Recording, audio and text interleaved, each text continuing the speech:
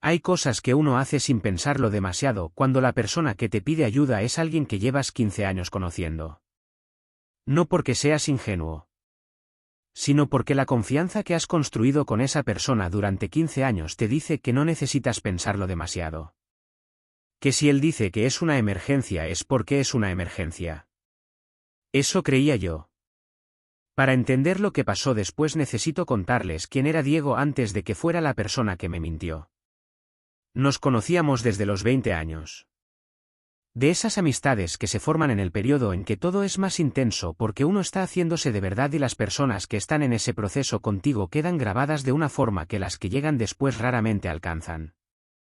Habíamos compartido piso durante 2 años, habíamos atravesado juntos los primeros trabajos y las primeras rupturas y los primeros momentos en que la vida empieza a tener un peso que en la adolescencia todavía no tiene. Diego era de los amigos que están. No de los que están cuando las cosas van bien y aparecen con energía y con planes y con ganas de celebrar. De los que también están cuando las cosas van mal.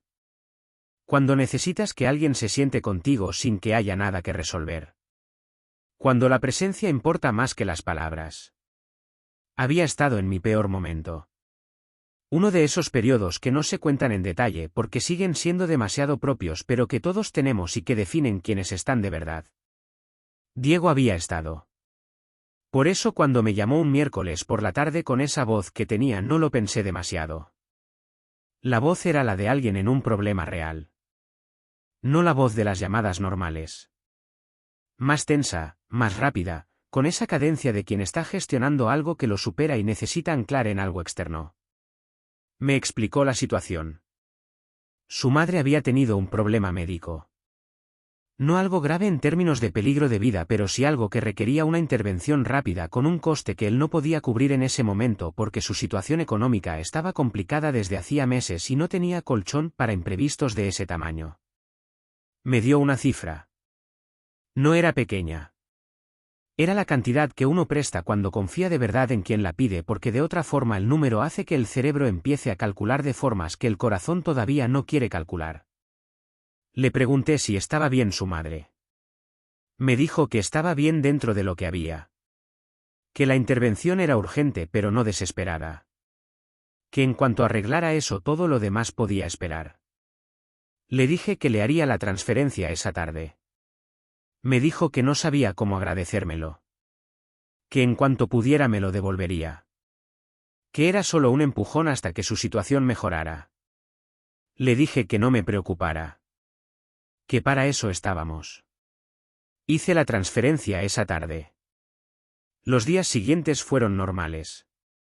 Nos escribimos un par de veces. Me preguntó cómo estaba. Le pregunté por su madre. Me dijo que la cosa había ido bien, que estaba recuperándose, que había sido un susto pero que ya estaba mejor. Le dije que me alegraba. Fue una semana después cuando apareció la primera grieta. La encontré de la forma más mundana posible. Estaba mirando el teléfono sin ninguna intención específica, deslizando las historias de Instagram con esa atención distraída que uno pone en las redes cuando no tiene nada concreto que hacer, y vi una publicación. Era de un perfil que seguía de forma periférica, alguien del círculo amplio de conocidos comunes, de esos que uno tiene en redes sin que haya una relación real detrás. Una foto de un grupo en un restaurante que yo reconocí inmediatamente porque era uno de esos sitios con nombre y precio que uno asocia a las ocasiones especiales, no a un miércoles cualquiera. Diego estaba en la foto. Con una copa en la mano y esa sonrisa suya que yo conocía de 15 años y que no era la sonrisa de alguien gestionando una emergencia familiar. La foto tenía fecha. Era del fin de semana posterior a la llamada. Me quedé mirando la pantalla durante un momento. Luego guardé el teléfono y seguí con lo que estaba haciendo. Pero la imagen se quedó.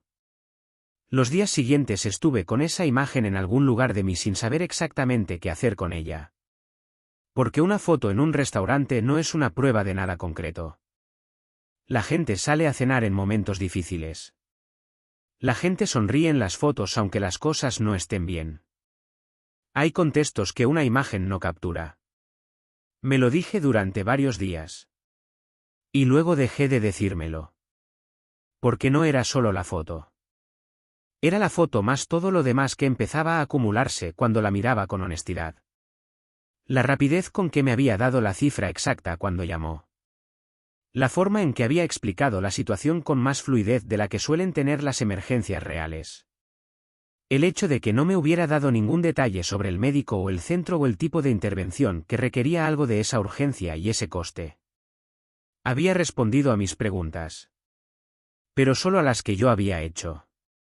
Y yo no había hecho suficientes. Llamé a un amigo común que conocía a Diego desde hacía más tiempo que yo y que tenía el tipo de perspectiva que da la historia larga con alguien. Le pregunté, sin entrar en detalles de por qué preguntaba, si sabía algo de la situación de la madre de Diego. Si había oído algo. Hubo un silencio breve. Me dijo que no sabía de ninguna situación médica. Que había hablado con Diego hacía poco y que no había mencionado nada de su madre. Que por lo que él sabía estaba bien. Le di las gracias. Colgué. Me quedé quieto durante un rato procesando lo que acababa de confirmar. No llamé a Diego esa noche. Ni al día siguiente. Necesitaba tener claro qué quería decir y cómo quería decirlo antes de abrir esa conversación porque una vez abierta no había forma de cerrarla de vuelta. Lo que sabía era esto. Que me había pedido dinero con una historia que no era verdad. Que la cifra era real y la transferencia era real pero la emergencia no lo era. Que Diego, la persona que había estado en mi peor momento, había construido una mentira con suficiente detalle para que yo no cuestionara lo que me estaba diciendo. Lo que no sabía era por qué. Y el por qué importaba. No para justificar lo que había hecho. Sino porque 15 años de amistad merecen el esfuerzo de entender antes de concluir. Lo llamé al tercer día. Le dije que necesitaba que nos viéramos. Sin explicar por qué. Él dijo que sí, cuando, que claro. Nos vimos en el mismo bar donde habíamos tenido decenas de conversaciones a lo largo de 15 años. Llegó con normalidad, con esa energía de quien no sabe que está a punto de tener una conversación diferente a la que espera. Pedimos algo. Hubo el intercambio inicial de los primeros minutos. Y entonces le dije que quería hablarle de algo. Saqué el teléfono. Le mostré la foto. Le pregunté cuándo había sido. Me dijo el fin de semana que yo ya sabía que era. Le pregunté cómo estaba su madre. Hubo un segundo. Solo un segundo. Pero en ese segundo estaba todo. Me dijo que bien. Que se había recuperado. Le dije que había hablado con alguien que había hablado con él recientemente y que no sabía nada de la situación de su madre. Que si hubiera habido una emergencia real ese fin de semana habría sido el contexto de sus conversaciones con las personas cercanas. Que la foto era de un restaurante que conocía y que no era el tipo de lugar donde uno va cuando está gestionando una emergencia familiar. Que si tenía algo que contarme era el momento. El silencio que siguió fue de los que lo dicen todo antes de que nadie abra la boca. Diego habló. No con fluidez. Con la dificultad real de alguien que está diciendo una verdad que ha estado guardando y que sale con el peso de todo el tiempo que estuvo guardada. La emergencia no había sido médica. Había sido financiera. Tenía deudas que se habían acumulado durante más tiempo del que quería reconocer. Deudas de un tipo específico, de las que se generan cuando uno toma decisiones que en el momento parecen manejables y que con el tiempo demuestran que no lo eran. Había llegado a un punto en que necesitaba una cantidad concreta para resolver una parte del problema y había calculado que yo era la persona con más probabilidades de dársela si la historia era la correcta. El restaurante de la foto era una cena que ya estaba pagada de antes. Una reserva de semanas atrás que había mantenido porque cancelarla no cambiaba nada económicamente y porque necesitaba un espacio de normalidad en medio de todo. Me escuché escucharlo. Y mientras lo escuchaba fui separando las capas de lo que sentía. Porque había varias y no todas eran lo mismo. Había rabia. Eso estaba. La rabia específica de quien ha sido mentido por alguien en quien confiaba. Que no se disuelve rápido ni debería disolverse rápido porque es una respuesta razonable a lo que había pasado. Había también algo más complicado. Que era la imagen de Diego que yo había construido en 15 años y la imagen de Diego que estaba sentado frente a mí en ese bar y la distancia entre las dos. Esa distancia es de las más incómodas que existen porque te obliga a revisar no solo el momento presente sino todo lo que creías saber. Y había también, debajo de las otras dos cosas, algo que tardé en nombrar. La pregunta de por qué no me había dicho la verdad. No la pregunta retórica de quien ya sabe la respuesta. La pregunta real. Porque si la situación era la que era y yo era quien era para él entonces, ¿por qué había necesitado inventar una historia en lugar de decirme lo que realmente pasaba? Se lo pregunté. Me dijo que tenía vergüenza. Que las decisiones que habían producido esas deudas eran decisiones que le costaba reconocer delante de mí específicamente. Que yo era la persona cuya opinión más le importaba y precisamente por eso era la persona a quien menos quería mostrarle esa parte. Que había calculado que con la historia de su madre yo diría que sí sin preguntas. Que había tenido razón en eso. Me quedé en silencio durante un momento. Le dije que tenía razón. Que había dicho que sí sin preguntas porque era él. Porque en 15 años había construido una confianza que no requería preguntas. Que lo que había hecho era usar esa confianza como herramienta. Que eso tenía un nombre y que el nombre no era bonito. Que la deuda económica era lo de menos. Que podíamos hablar de la deuda económica y encontrar alguna forma de gestionarla que tuviera sentido para los dos. Que lo que no se podía gestionar con la misma facilidad era lo otro. Que iba a necesitar tiempo para saber qué quedaba de nuestra amistad después de esto. Diego asintió. No intentó convencerme de nada. No montó una defensa elaborada ni buscó nuevas explicaciones. Asintió con la expresión de quien sabe que lo que está recibiendo es justo aunque duela. Eso, en ese momento, fue lo más honesto que había hecho en toda esa situación. Los meses que siguieron tuvieron esa textura de las cosas que se están redefiniendo sin que nadie sepa todavía cómo van a quedar. Hubo distancia. Hubo conversaciones eventuales que fueron probando el terreno.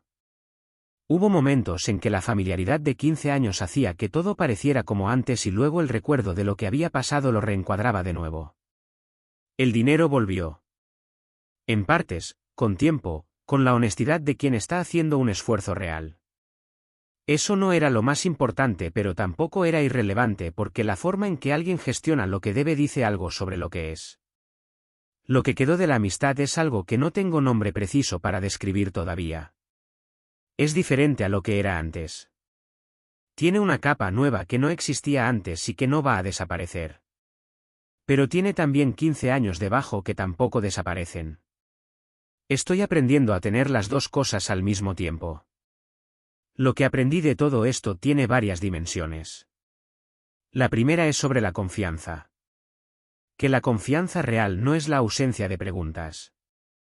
Es la solidez suficiente para que las preguntas no amenacen lo que hay. Que yo había confundido las dos cosas y que esa confusión me había hecho más vulnerable de lo que necesitaba ser. La segunda es sobre la vergüenza. Que la vergüenza hace que las personas hagan cosas que de otra forma no harían. Que Diego no me había mentido porque no le importara nuestra amistad sino en parte porque le importaba demasiado y no había sabido gestionar eso de otra forma. Que eso no lo excusa.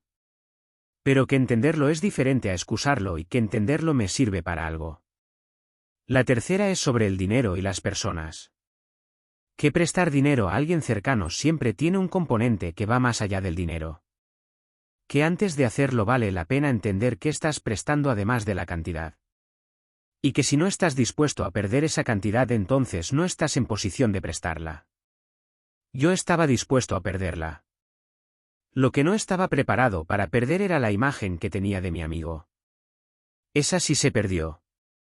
Y reconstruir algo con lo que queda, que es diferente pero también real, es el trabajo que estoy haciendo todavía. Eso es todo. Gracias por escucharme.